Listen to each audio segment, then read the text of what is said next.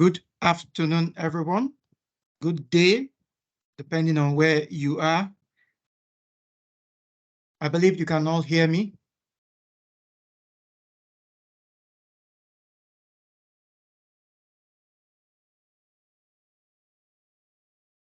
So are you able to hear me, please? You can just drop a yes.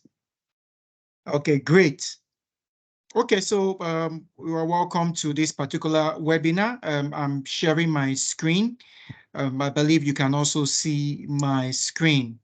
My name is Dr. Gundeji from Setford Limited. We'll be handling these particular sessions. My other colleagues will also be joining us as we move along.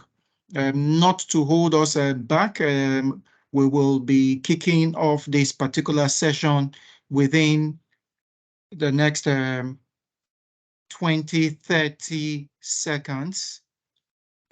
We are expecting more people to come in, and we don't want them to miss the kickoff. As made mentioned during the session, attending this particular webinar and staying for a particular time, that is an approximate of 50 minutes, earns you certificate, CPE, certificate of attendance for this particular webinar, and we want to be sure that we will all get it. Okay, great.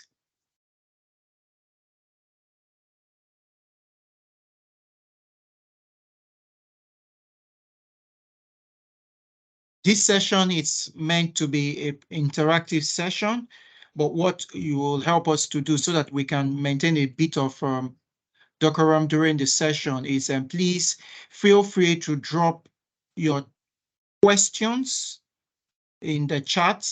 We have a Q&A for you to drop your questions. If you have any comments, you can also drop it in the chat session.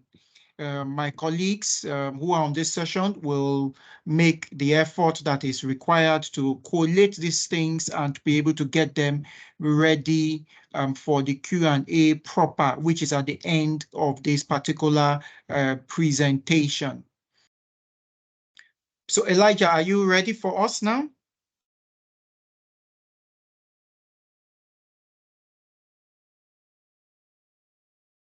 Okay, we will go ahead with the presentation. My colleague Elijah will come in as we move along.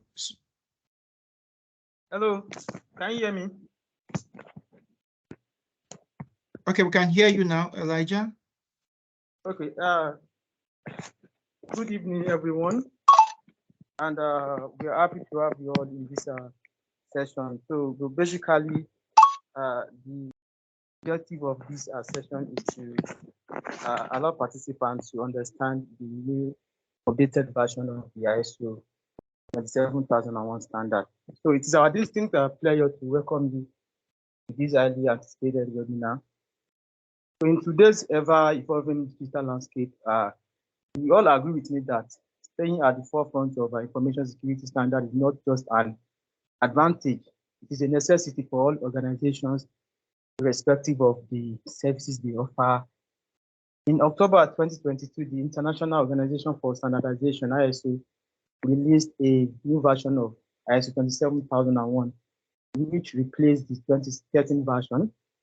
And we have gathered here today to provide you with a comprehensive understanding of the recent updates to the ISO 27001 standard and the critical insights you need to adapt to these changes.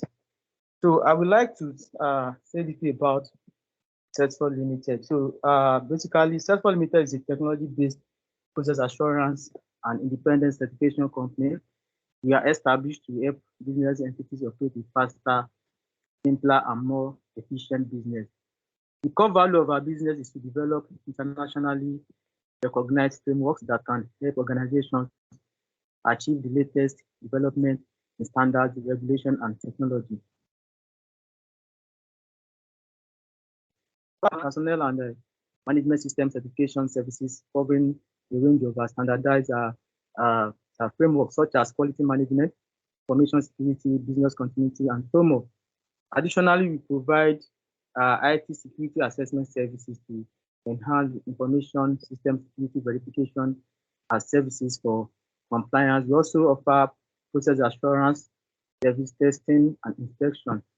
So as an esteemed partner of different international certification bodies such as PCB, we offer qualitative and credible training courses with ISO professional certifications that speak to the needs of professionals and reflect the latest standards. So at this junction, I would like to quickly introduce our speaker for today's webinar, the person of Mr. Dapo Gundeji.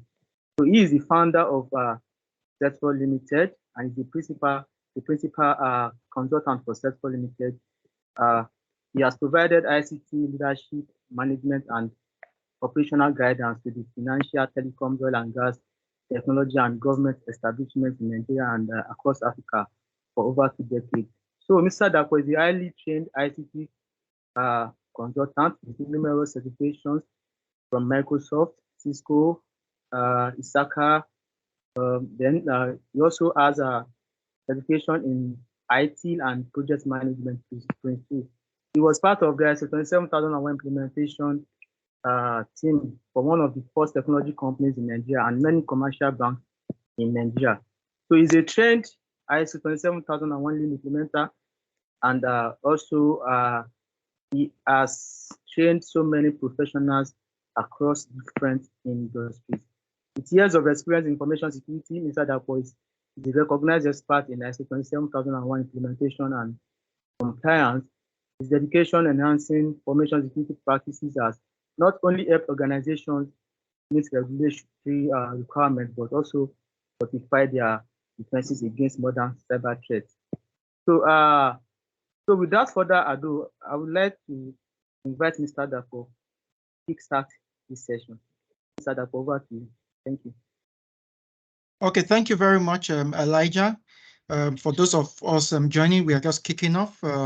So I'll go straight into it because we have a lot of things packed for this particular session. I trust you can see my slides. Is that correct? Just drop an okay thumbs up in the chat session so that I can be able to. Okay, I think I'm saying that. Thanks very much, Larry. Okay, so what are we talking about? Essentially, this is an outline of what we're going to be doing. We've done part of the welcome introduction, an overview. We also talk about ISO 27001, a lot to talk about. So we just call it a primer that is just a general introduction. For some of us in this session, we are trying to prepare to update to the updated standard, or we may even have our organizations that have been certified to the former standard, and we want to convert. We're also going to talk about our own capabilities to help organizations and also to help individuals. As made mention, it's an interactive session. Questions, comments are welcome. Questions, we have a Q&A button on your screen, on your tab where you're using. Comments, you can drop it in the chat. My colleagues are there and they will collate, and we will have sessions or breaks that we can be able to take some of this. We have a proper Q&A at the end of the presentation. Please try to avoid distractions as usual with a webinar, remote, virtual, a lot of things can come in, but it helps us to take it. Training objective, my colleague has made mention of it. The key thing is for us is an introduction of the new standard, for us to have an understanding of the differences and also a bit of insight into the implementation. We just assume basic level knowledge of information security concepts, you don't have to have read or known the standard before to join and partake in this particular session. Okay, this has been mentioned, some of things of what I have done with regards to information. As a consultant, one of the things you get to do is you get to read a bit, and that's what gets to happen. Okay, so we'll first start, as usual, I'm a trainer, and I will say that I'm a certified trainer. One of the things I like to do is do a bit of a pre-webinar and also a post-webinar question session. So I have about 5 questions that are here for us to answer. So Yusuf, please, can you at this period pop up the polls? I need to get a bit of a feedback from us so that it allows me to know how to take the tone of the session. Okay, the first one has popped up. You can either select a yes or no. And so it's purely OBJ, so we will just assume within 20-30 seconds, it's good enough for the questions to be treated, or our response to be captured there. So let's move to the next question. The next question, we can easily answer it. Just click the forward one. How well do you know the standards? Of course, 1 means very low, 4 is the highest. So from level 1 to 4, please feel free to select. 1 means you do not have any knowledge at all. 4 means you have an expert. 3 means fairly good. 2 means well below average. That is for the second question of how well do you understand the concepts.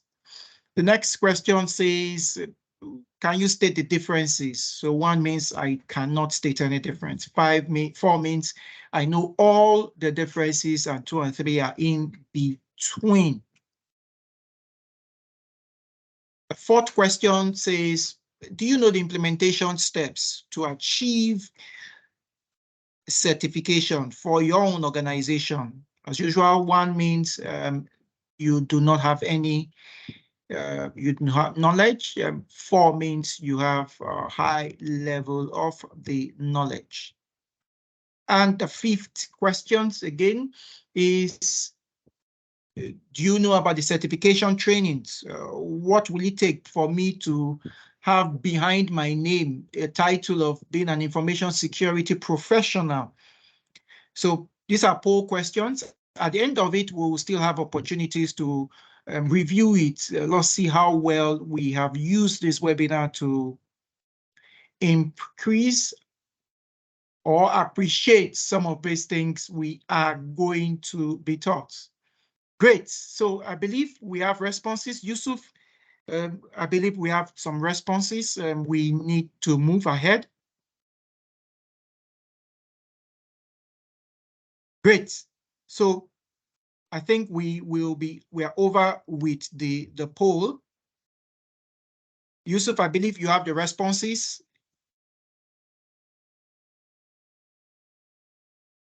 Okay, I'm not able to hear you or to get a response from you, Yusuf. So Moses, please help me validate that. Let me move ahead. Overview of information security standards and framework.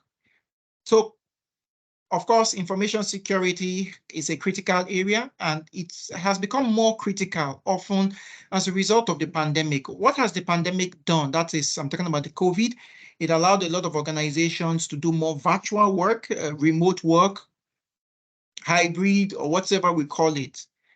And it moved a lot of our business processes, activities into an online format, or what someone would say, going to the cloud. And one of the key things that we need to know as we're moving to a virtual cloud or anything, it's the information security aspect becomes very, very key. Organizations need to know that they can safeguard privacy, intellectual property, and also even national assets. They have been what they call state-sponsored espionage. We'll get to see a bit of that as we move along. This is just a bit of research that was done. I just collated this and I'm just representing it, looking at where those targets are. Of course, the financial sector is often the primary sector, a lot with retail, online, gaming, betting solutions. Then when we're looking at with regards to the types of threats that's coming worldwide, and we are seeing a bit more on the aspects of fraud, intellectual property, and what have we. Okay, Moses, please, you can remove the poll questions. Moses, please. Great, so let us move ahead with a presentation. Because of a lot we have, I'll try to slow down a bit, but we have a short time. Different frameworks, ISO 27001. Some people have heard about NIST, which is the NIST cybersecurity, COVID-5, which is from ISACA, CIS, which is talking about controlled information security controls, PCI DSS, which is often known more to people that are in the payment sectors, every form of payment that you were doing, be it card or virtual or card present, non-card present, and all that we do in our e-commerce and payment and fabric. Of course, with especially in Nigeria, with the onslaught of fintechs, it's becoming more critical in terms of what is possible. Okay, why do we need to secure our information assets? Information is a very critical asset. Actually, people are saying right now it's actually one of the most important assets, because guess what? That building that you're using as your head office, a bigger one can easily be built. That device you are using, another one can be purchased, but the information becomes very, very critical. And when we're talking about information, we're not just talking about information that is stored in digital format. It's also looking at things that are written, printed on paper. It can all look at all means and medium at which information is created, transmitted, utilized. It can even be in verbal conversations. You need to safeguard it. And it's a very, very key important aspect that we're looking at when we come in terms of information security. Of course, there's always an overload of information. I'm sure you've heard about fake news, where people propagate information and it's erroneous information, but the harm that it causes, sometimes it could even be worse than somebody using military weapons because of the large effects of it. And why does it matter? The world is getting more digital, businesses and what have you. And of course, crime is unfortunately following that same trend. And because we live in an ever-increasing connected world, with just your phone device, you can connect, you can interact. Someone just contacted me, I think about a week or 2 weeks ago, and he was just sending a panic message. What happened? He was scammed by WhatsApp. Somebody sent him a message and said that, oh, please, I just need your help. I'm currently stuck where I am. I cannot easily make a call. Please help me with a small token. It's often a small amount. I think they just said like 20,000 or 30,000 naira. And he was like, oh, my friend is stuck somewhere. Let me quickly send him money. And because the amount wasn't so much, 20,000 naira, at least for him, he just sent it. And only for some hours later, he got messages from the friend saying that, please, anybody should not reply to this. So a lot of scams are being, and that's why people say sometimes data is the new currency. I've seen a new scam where people, they clone your voice and you will make a call to somebody to validate, and you'll be getting what they call monosyllable responses. Yes, okay, go ahead, because somebody has pre-recorded your voice and is playing it back just to scam. Of course, privacy regulations, I don't know how many of us have been, we've gotten messages, text messages, even voice calls from the so-called people that these loan apps, they've been very prevalent in Nigeria within the last 2 years, and they will tell you that XYZ borrowed money and you are the guarantor. Of course, the statistic that says 1 in every 50 URL is malicious. That is pretty high. And that came from Web Routers, their 2019 report. And they are saying that phishing sites are beginning to use HTTPS. Because what does it take to have an S? Really nothing. You can get an S after any website without paying a dime. And there are various levels of it. I will not go into the technicalities. So that you see something that is HTTPS is not enough now for you. Do people know better? Not really. Employees are still clicking. They get a message, oh, it's from their friend. They just assume and they click on it. I mean, the traditional pre-COVID periods where you were sitting with your colleague in the office, all you had to do was to maybe reach out or stretch your hand and say, oh, what is this message I got from you? But right now, you are working remotely. You are just a bit more agile to click on it. The information security threat landscape is really evolving. And as a result, it's been said that a lot of the phones are being hacked, be it on the Android, on the iOS platform.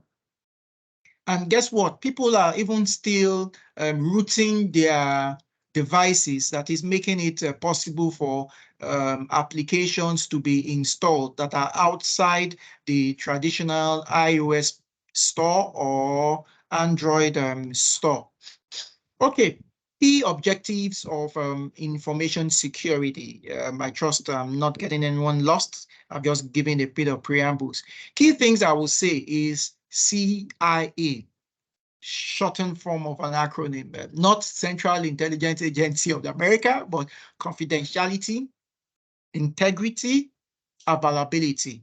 The other two aspects of it is authenticity and non-repudiation. Non-repudiation, you don't want someone to deny that, oh, I told you to do something. And the person says, sorry, I never told or authorized this.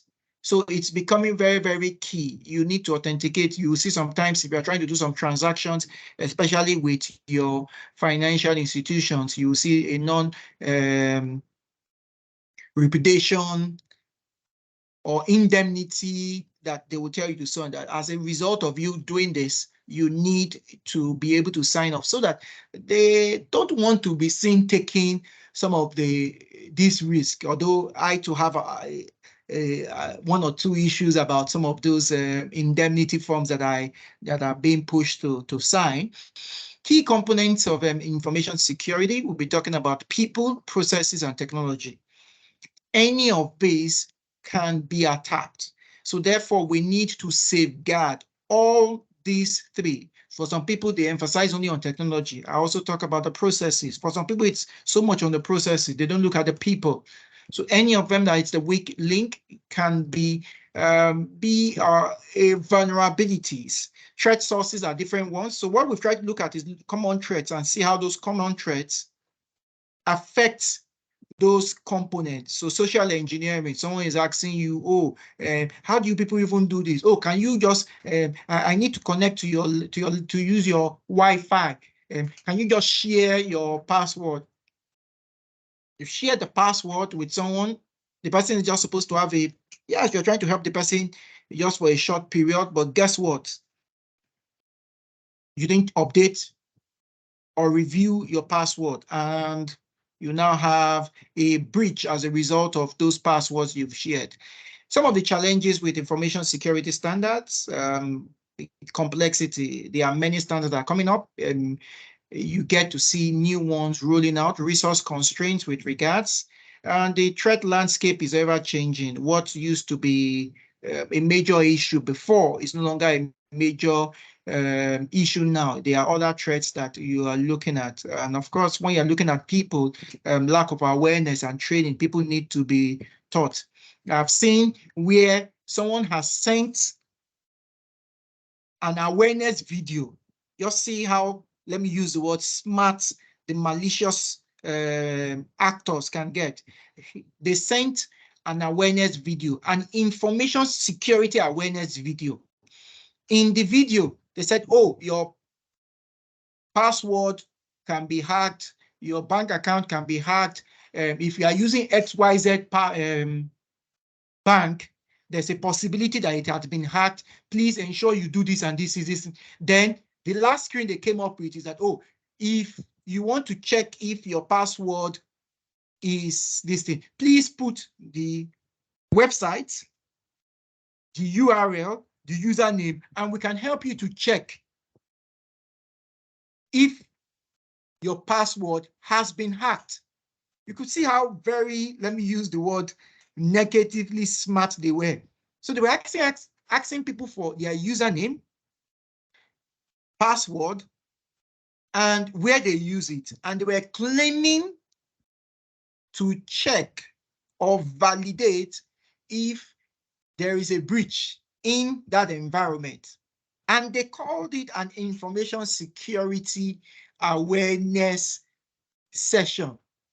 So we really need to be up on our feet to be able to treat this. Of course, the regulators are also trying to do a lot. Often I have to confess that they are doing more of what they call a catch-up in trying to treat some of these things. And for people, processes resistant to change, I still have heard about people writing their passwords on what they call sticker notes and pasting it on their computers, their desktops, because they say, oh, they cannot remember the passwords. People are told, oh, use unique characters, please use complex characters. I say, oh, that I cannot. They are forced us to use lowercase, higher case, alphanumeric, non-alphanumeric characters. Okay, there are many benefits to information security standards. Some of them we might be familiar with. I will not go much into the details because when we are going deep into the ISO 27001, we'll begin to see that.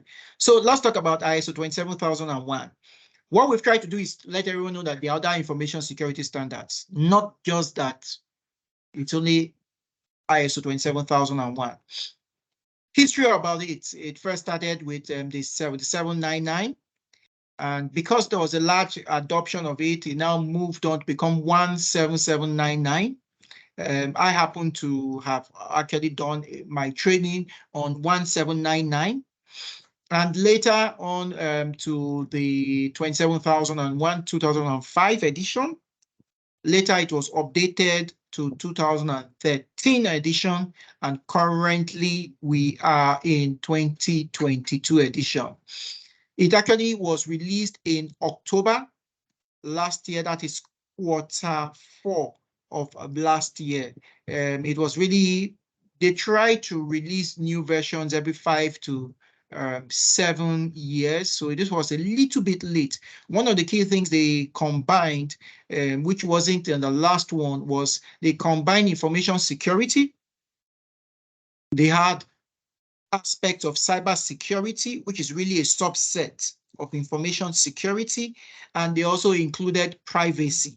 I'm sure many of us have heard about data privacy standards or regulations. This is just a historical, a graphical representation of how it has moved over time. So please, what it means is that if you are listening to this particular presentation in maybe 5, 7 years' time, then I will be requesting or recommending that you check up because there's probably a new version that has come out.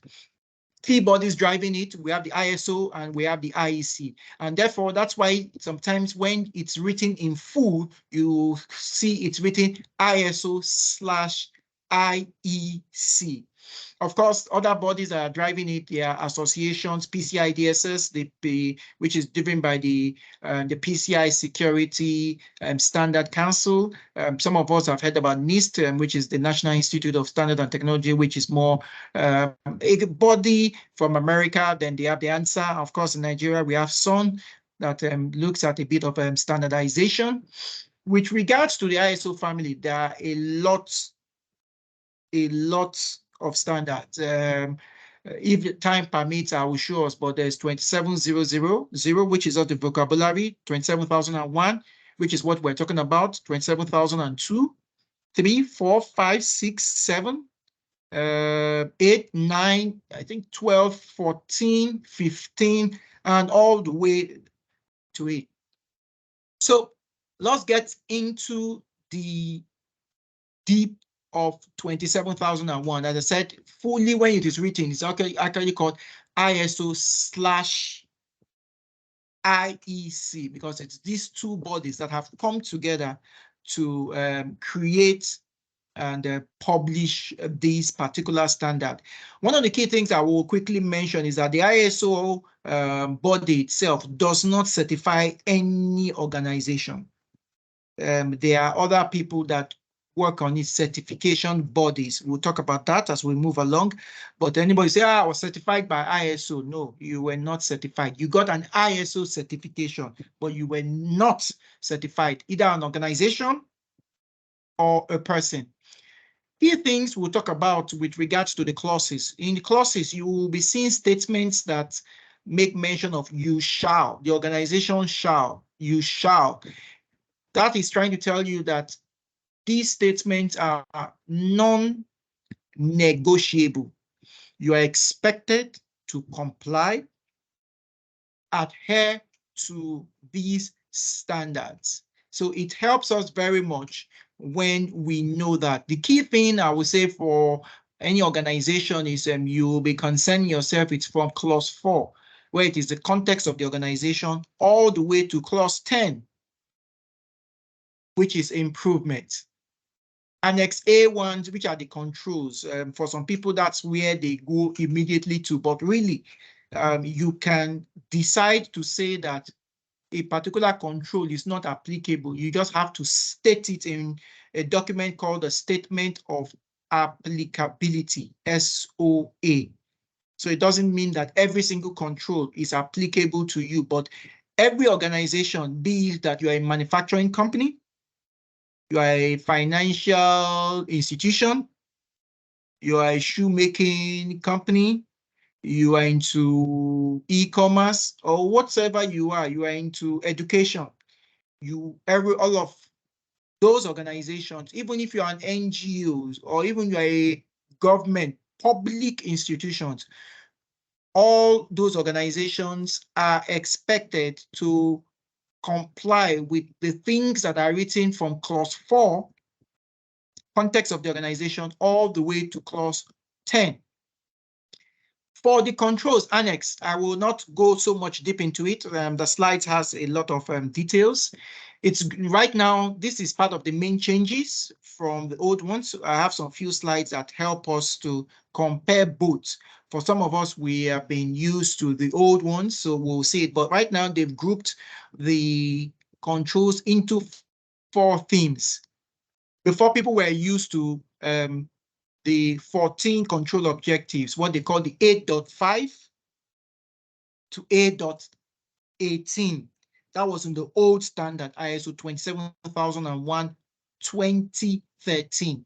But right now in the 2022 edition, they've grouped into 4 themes: people, physical, technology, and organizations. All the controls have their control types, their properties, their cybersecurity concepts, their operational capabilities, and their security domains. Okay, so moving ahead with, I trust you can still see my slides.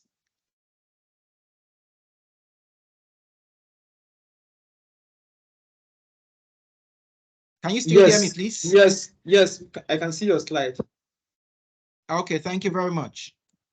Okay, this is the organization controls from 5.1 to 5.34. 37, sorry. A lot of controls that have been kept in the organizations in the annex. People controls, that's talking about the persons working. So a lot of these controls, when we go to help organizations to certify or to get recertified, we will be talking to the HR, human resources, human capital unit with regards to a lot of these things. For the physical controls, we are talking about 7.1 to 7.14. For these physical controls, is talking about where devices, data, are being stored, things to do with the cabling, things to do with working in secure areas. Do you leave your laptops or your devices unattended?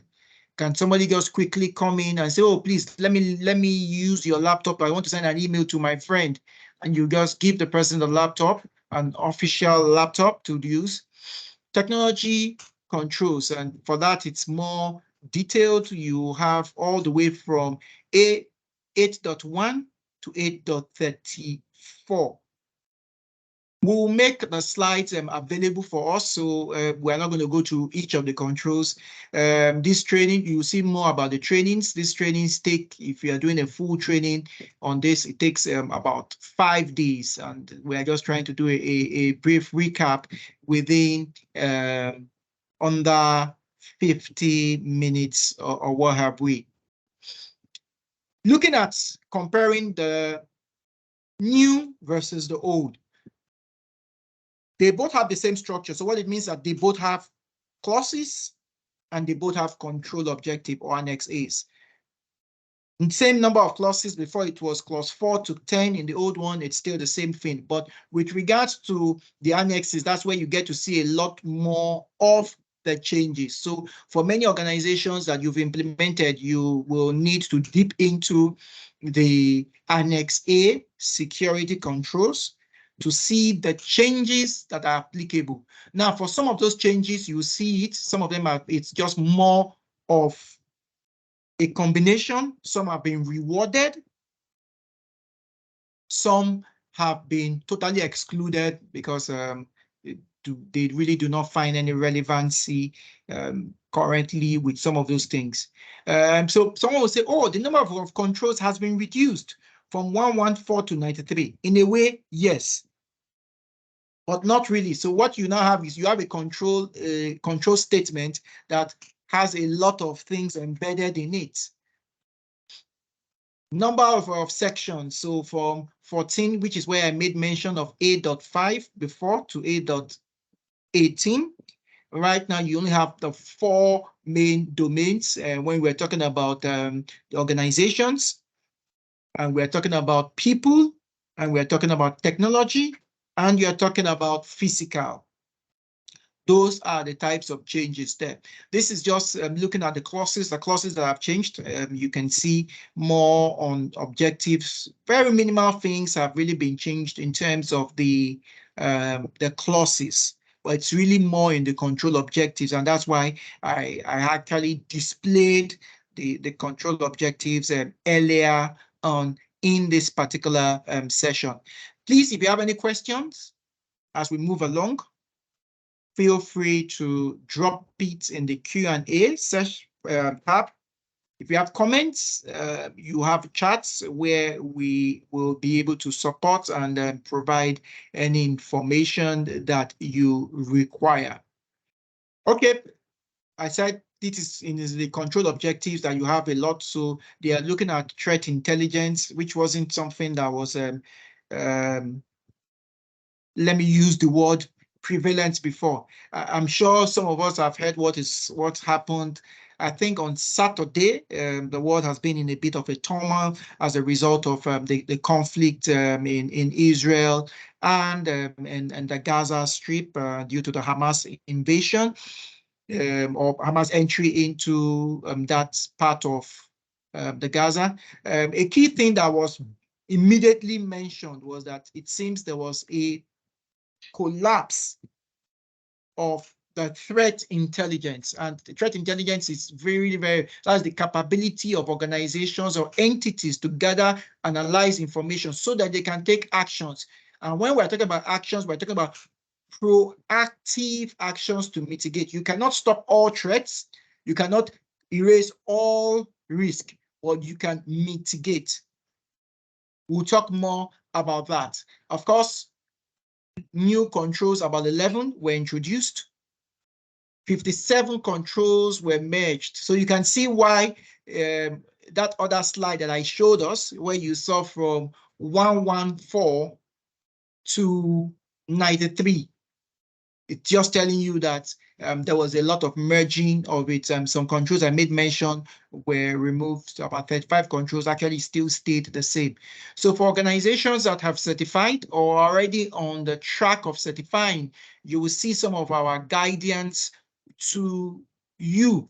And for individuals that are certified, we'll also provide you information on how you can update your own certifications and what have you. Benefits, there are several benefits of it.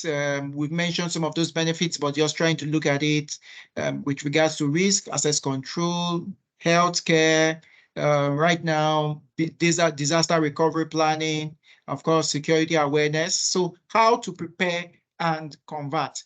At this stage, we will pause. We will have a short break. Elijah, are you ready?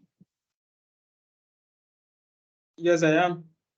Okay, please. So we'll have a short break at this session, just a 3-4 minutes break to just get some bit of leg stretch and at the same time to be able to hear one or two things from my colleague. Thank you very much. Okay, thank you very much, Mr. Dapo, for the insightful session. So as I earlier mentioned, Salesforce Limited is a provider of various certifications and ISO trainings. So part of it is the information security management system, which we are currently doing. And we also have some other ISO certifications that we offer in quality management, environmental management, business continuity, and so on. So our upcoming training is the ISO 27001 lead implementer training course. So we are all aware that currently there are many security threats everywhere, both cyber security and information security threats. And one of the key ways of protecting organization information is by ensuring that proper best practices are in place, proper information security frameworks are in place. So basically, this training course will enable the participants to understand the implementation process and the techniques that are required to understand how to implement an ISO 27001 information security management system within an organization. So it's actually a 5 days training course, and it's commencing by next week, Monday, which is 17th of October. It's a 5-day training course, like I mentioned. Then also we have the ISO 9001 lead auditor training course. So the lead auditor training course will enable participants to develop the necessary expertise to perform a QMS audit by applying the widely recognized audit principles, procedures, and techniques. So during this training course, participants will be able to acquire knowledge and skills to plan and carry out internal audits and external audits within an organization in compliance with ISO 19011. So based on the practical exercise, participants will be able to master the audit techniques and principles. It's also a 5 days training course, and it will begin by 25th of October. And for further information, you can reach out to us, then provide you with the necessary details. Also, we have the ISO 14001, which is coming up by November 6 to 10. It's all about the lead implementer. So for the lead implementer ISO 14001, participants will be able to understand the necessary techniques, to implement the environmental management system based on the ISO 14001 requirements within an organization. Then we also have information security management system, the lead auditor training course. So basically, the lead auditor training course is a plan to enable participants to understand the audit technique of carrying out ISO implementation within, ISO audits within an organization. So it's also a 5 days training course. So it's a weekend course starting by, it has already started by 14th of October. So we still have like a few days left. So our upcoming training for this particular training course will likely come up by early next year.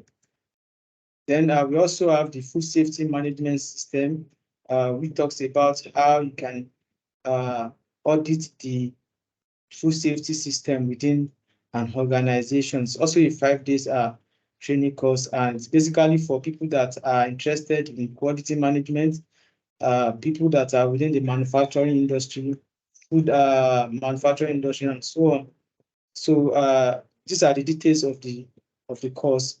So finally, we have the PCB ISO 20000 training course. Talks about the IT service management. So like I mentioned, Set4 Limited is a partner of PCB. Not only PCB, we also have some certification bodies that we are in partnership with around all over the world. So it's also a 5 days training course. So it's coming up by early next year, which is January 22nd to 27th of January. So at this junction, I would like to hand over to Mr. Akulapo to continue with the presentation. Thank you very much. Okay, thank you very much, Elijah. So I will share my screen. Please confirm when you can get to. Are you able to see my screen now? Yes, it's up. Okay, great.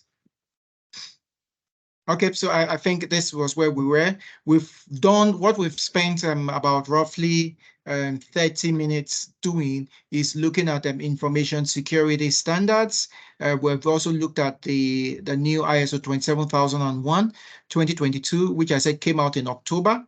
What we've also done is we've also tried to look at the differences, especially for people that were about to implement or have implemented or are implementing the former standard. So currently, right now, we are trying to look at for people that want to implement, or for people that want to convert, or what some people will say you want to upgrade to the new standard. One of the key things we will say is that the implementation methodology of ISO is not just for the 27001. It's applicable to also the other, most of the other ISO standards, be it 9001, which I guess a lot of people know, quality management system, or the business continuity standard, which is ISO 22301, or even for cybersecurity, ISO 27032. There's what they call the plan, do, check, and act, and they all get to use that. Implementation of that means that you are running a cyclic. Essentially, it means that you get certified, but you don't stop the activity. You continue to maintain it, and that's why it's referred to as a management system. It's cyclic. You have to maintain through the life cycle. The specific steps, of course, you get to choose someone to support you, you perform a gap analysis, you implement, you test, and you look at the audits. Let's look at it in more details. So in more details, of course, implementation and certification will differ from organizations to organizations, but we've just looked at the common or the critical activities. You have to get management commitment. This is a management step. So what it means is that it is not a standard that an organization will implement. One department will say, oh, we want to go ahead to implement it. And the other department in the organizations will not be aware of it. They all need to be aware of it. You need to define the scope and context. Scope and context means that which part of the organization do you want to apply the information security management system, ISMS 2? So what that means is that it's possible for, let's imagine you are an organization, you are in 36 states of the country of Nigeria with Abuja, and say, oh, for now, you don't want to do everything. It allows you to take it bit by bit.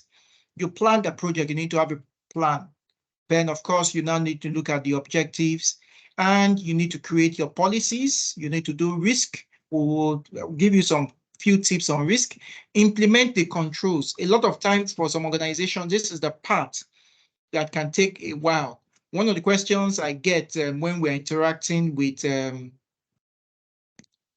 clients is they ask the question, oh, Dapo, can you tell me how long it would take? Oh, is it going to take me 4 weeks? Is it going to take me 4 months? A lot of times, what I can just provide is something I call a guesstimation. I'm guessing and estimating because implementing the controls, I don't know what exactly are the gaps. Therefore, I don't know how long it will take.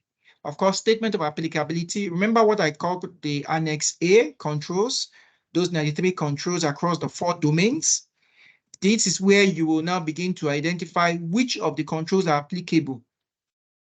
Please, one of the things that people say is that, oh, I will just tick off that most of them are not applicable. No, you cannot just write they are not applicable. You have to provide a justification that will be verified by the auditor that, yes, it is true, it is not applicable. Then, of course, the internal audits, and that's why you need to have people internal that are having the capability. Of course, that it's also possible to have it outsourced. We've helped 1 or 2 organizations to do their internal audits, management review, and external stage 1 audits. So people call that a desktop review. Then stage 2, which is really an effectiveness. In stage 1, they are asking you, show me the documents.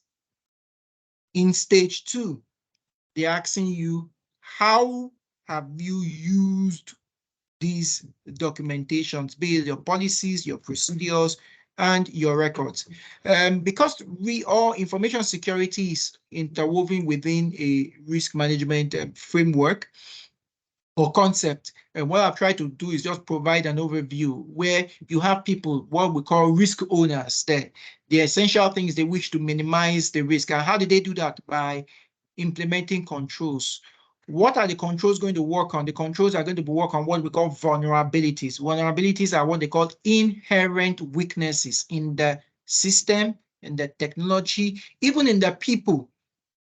Interestingly enough, our culture can be a vulnerability where someone says, oh, you need to do this because somebody is elderly. No, a door has an access control. You will not open the door simply because the person that wants to pass through the door is an elderly person. The person needs to key in his or our own access code. Then you have to look at threat agents, or what people will call threat actors there, which get to use those threats upon the assets. So this just gives us, I try to provide a bit of a graphical flow of how we will get to interact within the various risk components there. I've just taken this. A lot of times we need to conduct what they call a vulnerability assessment and penetration test, VAPT. And this is just a bit of a guideline on what should be done and the type of way it should be done, not just, oh, we've done the scan. No, the scan needs to, we often prefer people to use what they call a CVSS, a common vulnerability scoring system. It's a criteria so that we will know that this exactly means this in terms of what you do. Okay, someone says that, guess what? My organization is already certified. Great. Someone says my organization is currently in the journey, or my organization has not even started the journey. So let me try to answer the 3 views. So if you have not started the journey, the idea is that by 31st of October, which is this month, if you have not started, then please, your recommendation is start with the new certification. That is the recommendation. But if you have started, then please, you can continue to certify. When you're saying you have till 31st of October, it's 31st of October to ensure that you have started the process. And of course, you need to complete the process within a year. You cannot say you started and you continue the implementation activities for several months spanning or exceeding 12 months. Then if you say, oh, you are already certified, then great. If you are certified, you maintain it. Please let no one scare you. If you're already certified to it, you can still maintain the certificate. There is a 3-year grace period. What it means is that you are given from last year till 2025. But I tell people you don't want to wait until the last moment, then you now begin to rush, because excuses there will not be accepted. So I tell people, please start the journey or start planning for the journey ahead to transit and to get certified. We will provide you further inputs or informations to help you with regards to that. How can we help you? Of course, we can come in and perform what they call a gap assessment. We look at the requirements, we'll tell you how far you are from the new standard. We can also help you with the risk assessment. And when we're talking about the risk assessment, we're talking about all the processes of the risk assessment, risk identification, risk analysis, risk evaluation, risk treatment plan, risk mitigation, and also to be able to create what they call your list of residual risk that you have not been able to eliminate, mitigate, avoid, or transfer within the organization. We can also help you along with the policy and procedure development, whatever policies, they are what we call mandatory policies. And some are not so mandatory depending on what the organization does. Of course, there are also documents, formal documents, what we call forms and records. We can also help you provide advices or advice on the control implementation.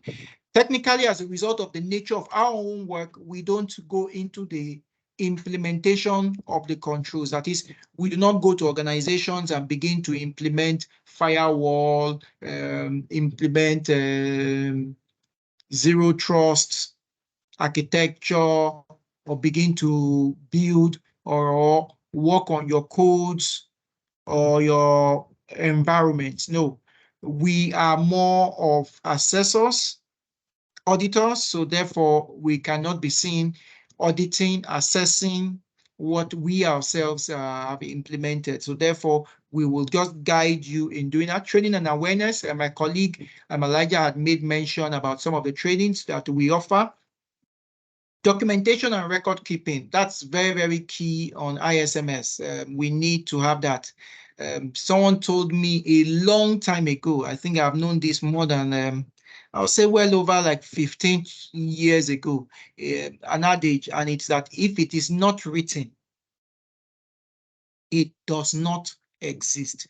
So you cannot tell me, oh, this is what we do, or this is how we do it. The next question I need to ask from you is that please show me a document that supports,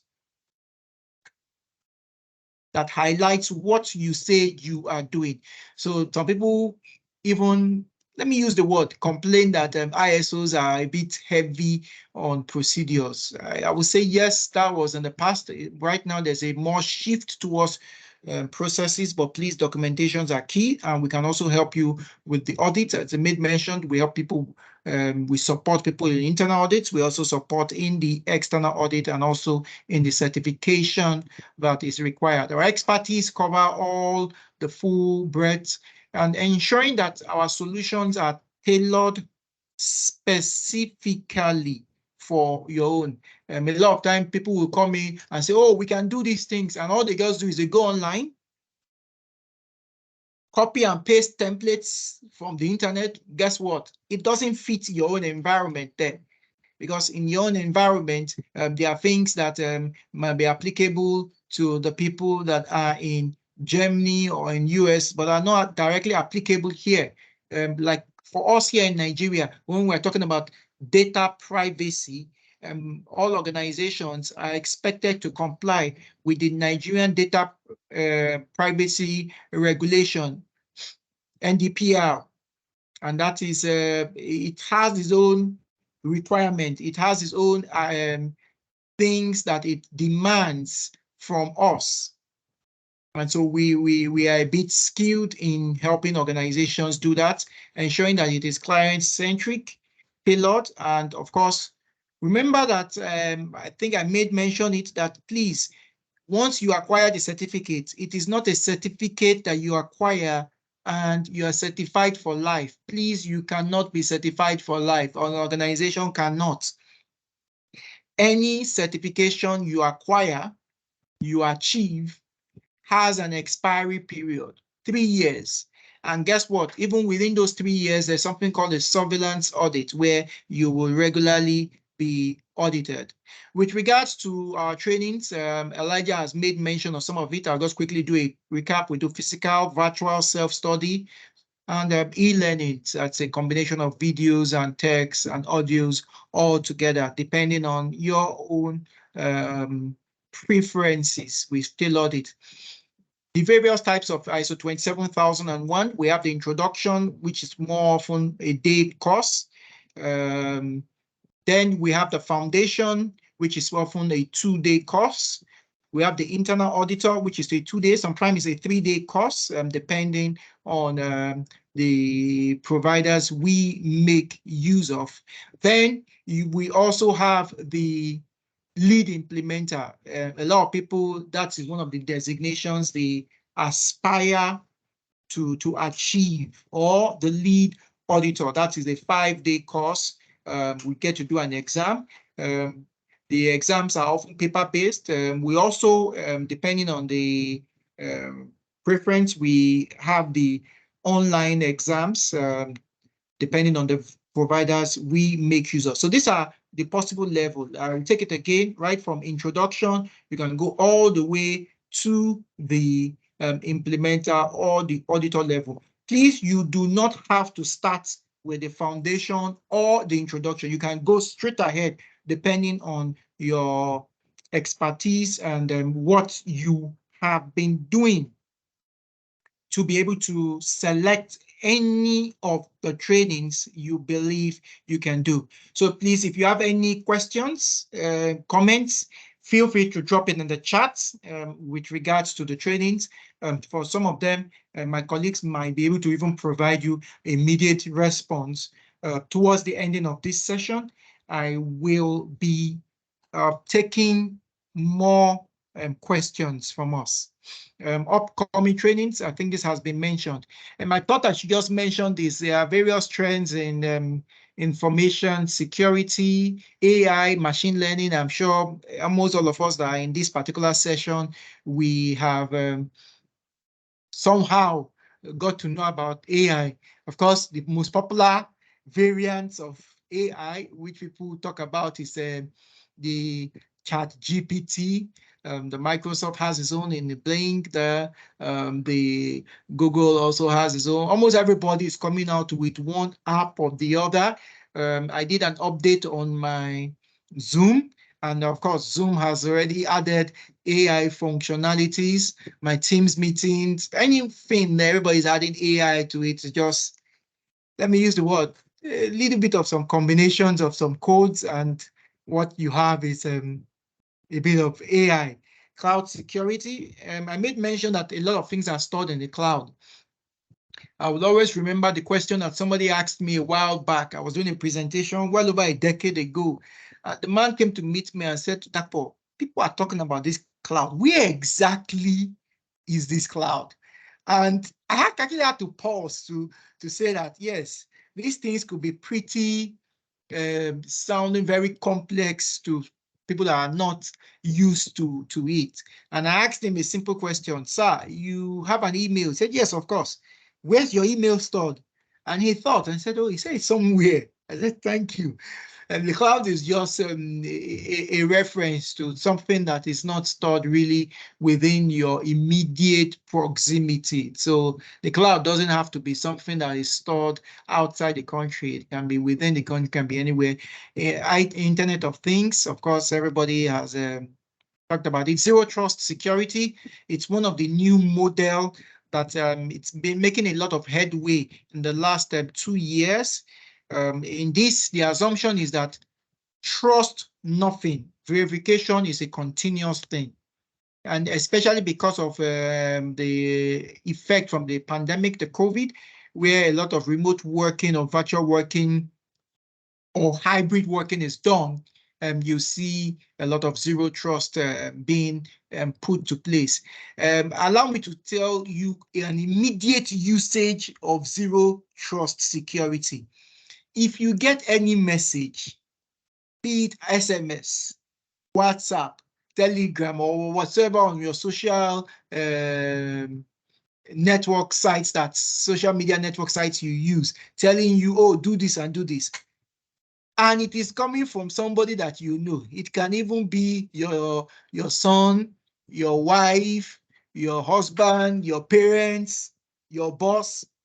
Zero trust means verify. Oh, I got this message from you. What exactly do you want me to do with it? You may know what to do with it, but you are trying to verify. And the person says, no, I didn't really send you any message. There is a technology that is called deep flake. I don't know how many of us have heard about it. Deep flake is they will use your image or your picture and they will use it to mimic you saying something that you did not say. So your mouth will be moving, but it's not you that is actually saying it. That is deep flake. And I tell people zero trust is something that we have to go with. You bump into somebody, you have not seen him for the past 10 years, and he's calling you, oh, it's me, it's me. I'm your uncle. And the person is trying to get some information. What do? Zero trust. So if that is one of the key takeaways for some of us here, please let that be really sink in. Of course, AI and machine learning in information security management, different ones, predictable analysis, abnormality detection. So a lot of traffics, logs, it can be allowed to look at, automate the risk management process and what have you. A recap. With regards to information security, we've talked about the overview of the various standards. We talked about the ISO standard. We even talked about the PCI DSS, but we focus specifically on ISO 27001. And that's where we were mentioning more about how you can go and implement in your organization. We talked about the differences within these, the old and the new. Then we also made mention about how to prepare, or I'll call it convert, to the updated or the newest standard. And we also talked about our own capability to support organizations in that, in terms of what they call training, sorry, in terms of what we call consulting. And also for individuals, we also talked about the various trainings, all the way from introduction to foundation to internal auditor training to lead implementer and lead auditor training. So I've run through a lot of things. Time is fast spent. So remember at the beginning of this session, some of us joined later, but these are questions we asked ourselves at the beginning of this webinar. So once again, Yusuf, if you can you start the poll questions again so that we can be able to get the feedbacks from the people. So please, the polls will be dropped again. The polls have been made available. Feel free to select the responses. Some are just simply yes or no. Some are a scaled one from one meaning none or nil, 4 the highest level, meaning that you consider yourself an expert or that you are very versatile or very knowledgeable in it. We just have 5 questions. It should take us less than 30 seconds to take on. So please drop your questions, your comments in the chats, and we will be able to provide some immediate responses. Where it's not possible or where you require further details, we will be able to get in touch with us. I believe most of us here, we registered. So what it means is that we can be able to provide updates. For those of us that have been able to go through these particular sessions, you've been able to spend at least about 50 minutes or so. You will get a certificate within the next few days. It will be sent across, which is just a CPE, continuous professional education certificate, just recognizing that you have taken in some bit of knowledge and you have a little bit exposed to the latest ISO 27001 information security standard standard certifications that are possible. So I think the polls, we should have gone through the polls. Please, all you have to do is just select one. And from there, you are able to get your responses. The polls will be collated, and then from the polls, we will easily be able to know how well we have done. Some other polls will be given to us just to be able to guide us and help us in these particular activities. Okay. References to build up this particular presentation, to just reference some websites, and then we've just made them here so that we are acknowledging them. Questions and answers. Great. So, Moses, do we have our questions and answers? Do we have our questions so that we can provide answers, please?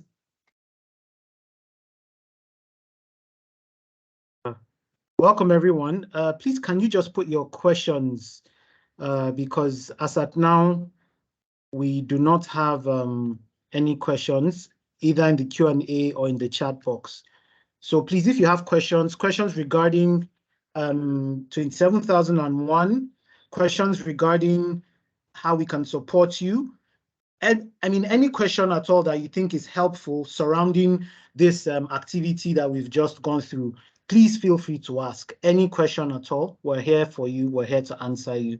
So we hope to get your questions. So please keep the questions coming.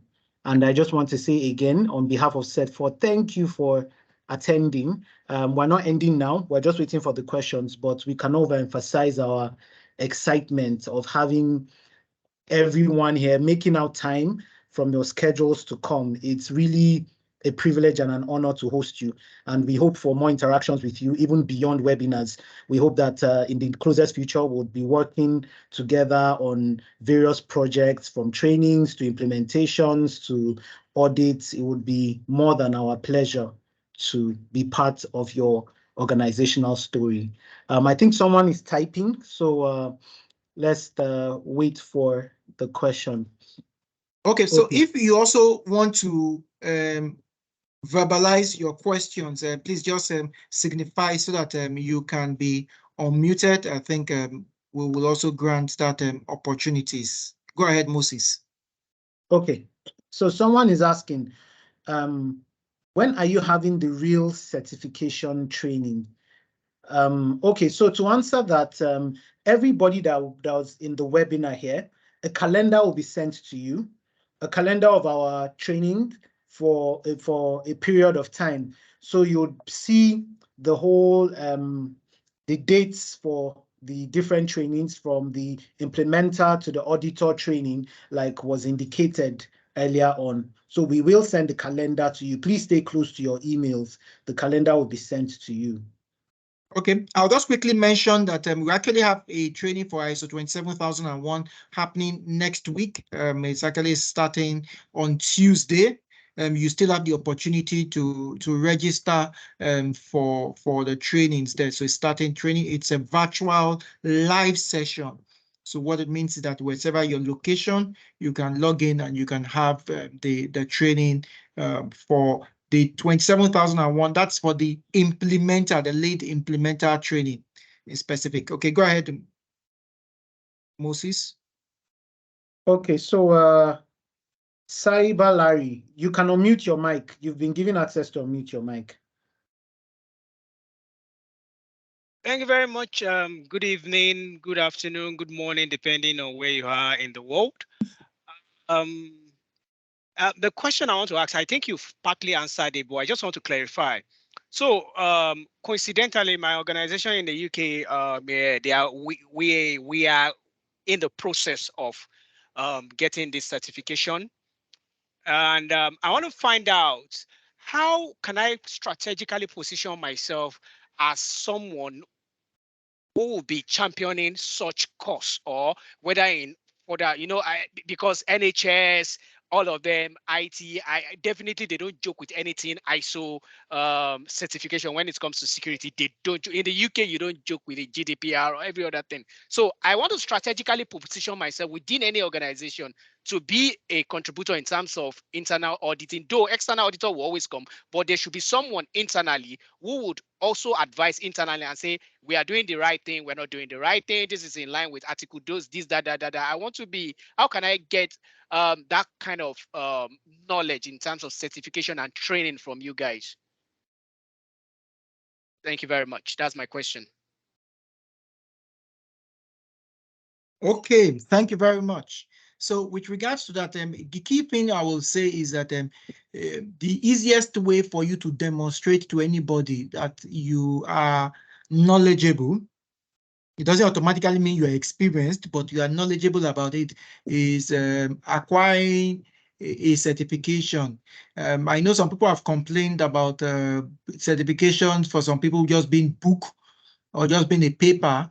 But as somebody said, exam may not be the best way to validate knowledge, but it is currently the easiest and the only way we know how to do it. So therefore, we continue to do it.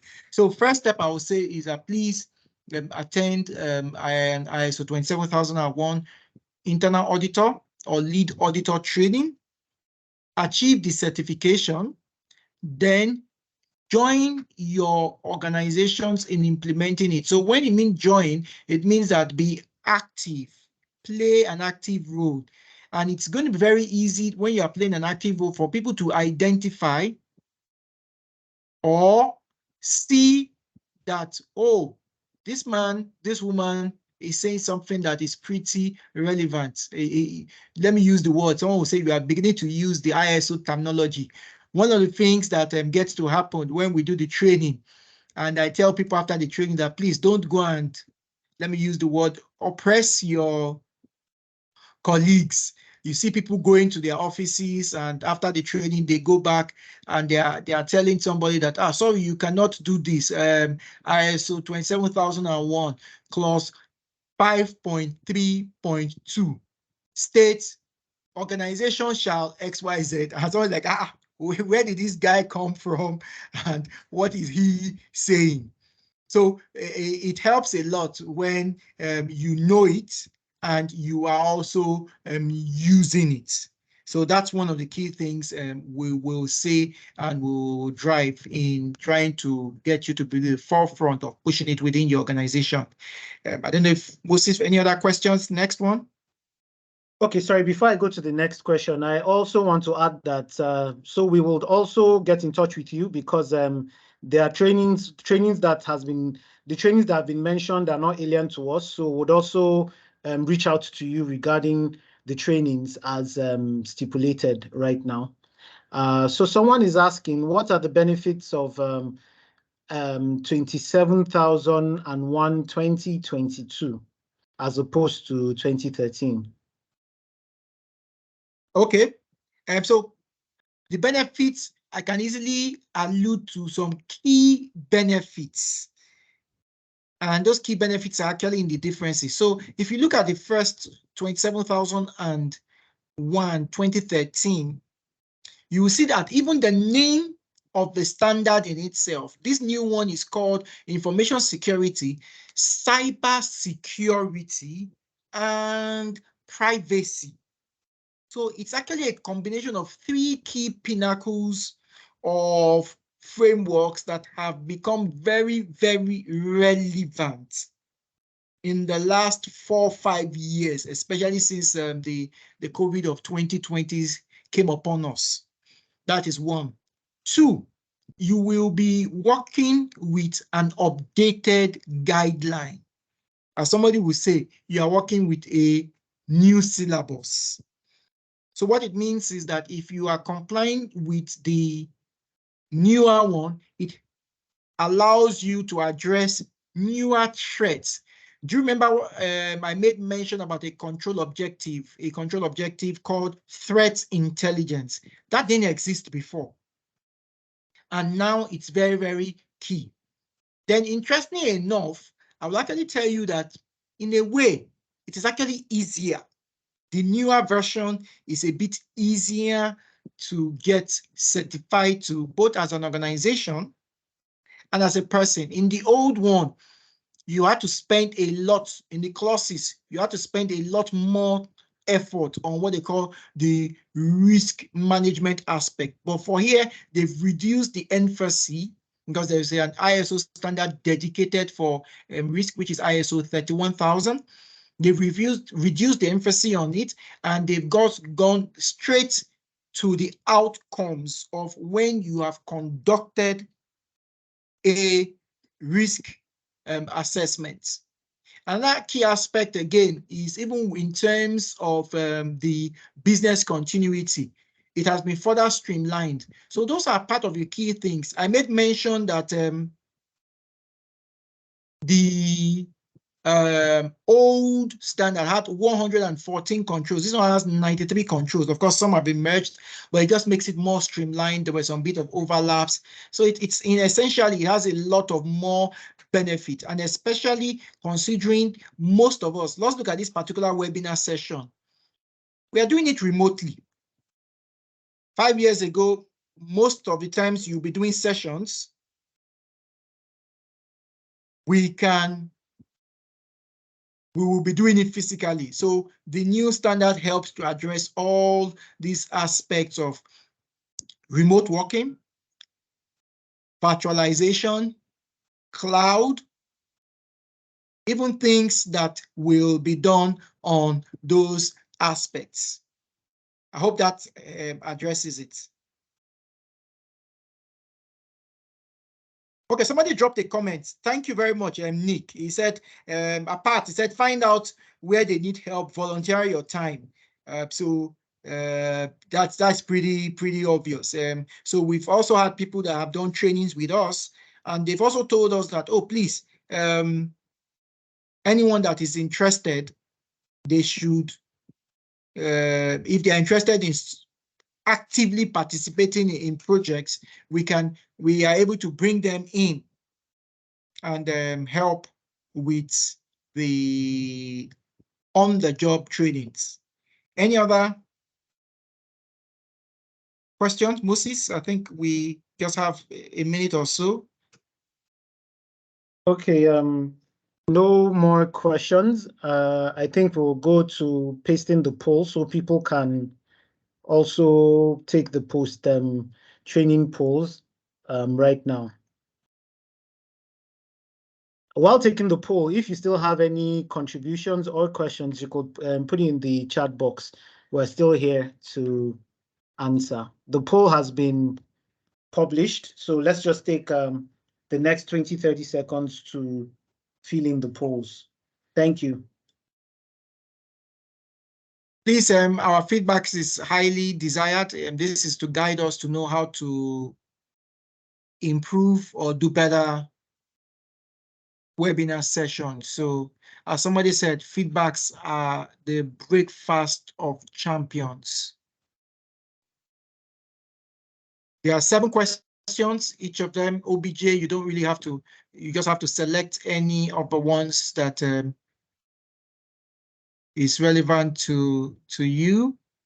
It also allows us to know how to manage our communication with you. And in case you have any other interest or any other options, questions for us.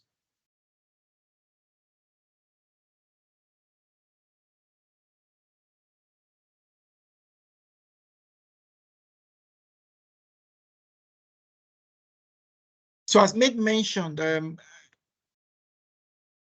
we believe everybody here has registered. Just in case you did not register, somebody just shared the link with you. Quickly drop your name and email address in the chat page. Your name and email address so that we can reach out to you, send you a copy of the presentation, and if you are able to comply with the expectations of having spent almost 50 minutes in this session, you will also get a CPE certificate from us within the next few days. Okay, Moses, I think we should be done with the poll. I think give another 10 seconds. There are 7 questions. You just click on it next and you respond next, and just let us know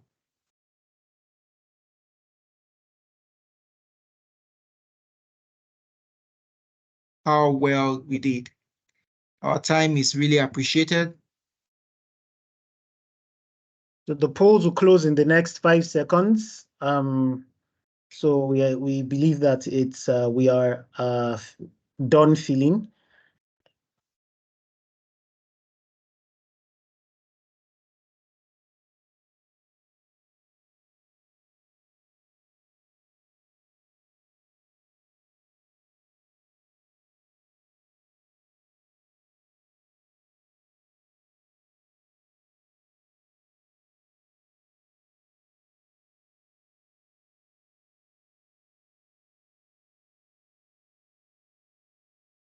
Okay, I guess we can end it. Moses,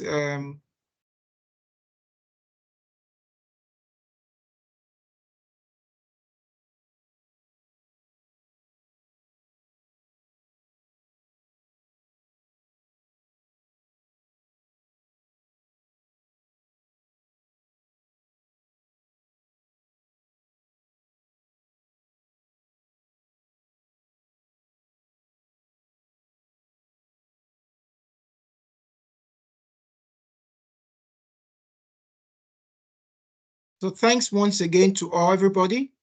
We appreciate the time you have spent in this session, and we trust that you will be able to join us in future sessions. We believe that you have been able to take some knowledge with you, and we are available to support you personally on your information security training requirements and for your organizations in getting them certified. Thank you, and have a great day. Elijah, I can't see you, I guess. Yes, I'm here. Okay, so thank you, and over to you, please. Bye. Okay. Thank you, everyone, once again. And we believe that you've learned 1 or 2 things from this session. So as we conclude, just remember that the pursuit of excellence in information security is a continuous path, and should stay informed, keep adapting, and never cease in your commitment to safeguarding the organization's information assets. So for any inquiry regarding our service, or you just need any clarification, you can reach out to us via email experts@setforth.com, or you call our number. I don't know if Yusuf can still display the email address and our phone number. The So you can details are reach us displayed to us. in the chat box, from website, phone number, and the email address. And at the chat box, the full details are displayed there. Okay, thank you very much. So once again, thank you everyone for joining this session, and we look forward to hear from you in the future. Thank you very much. Bye.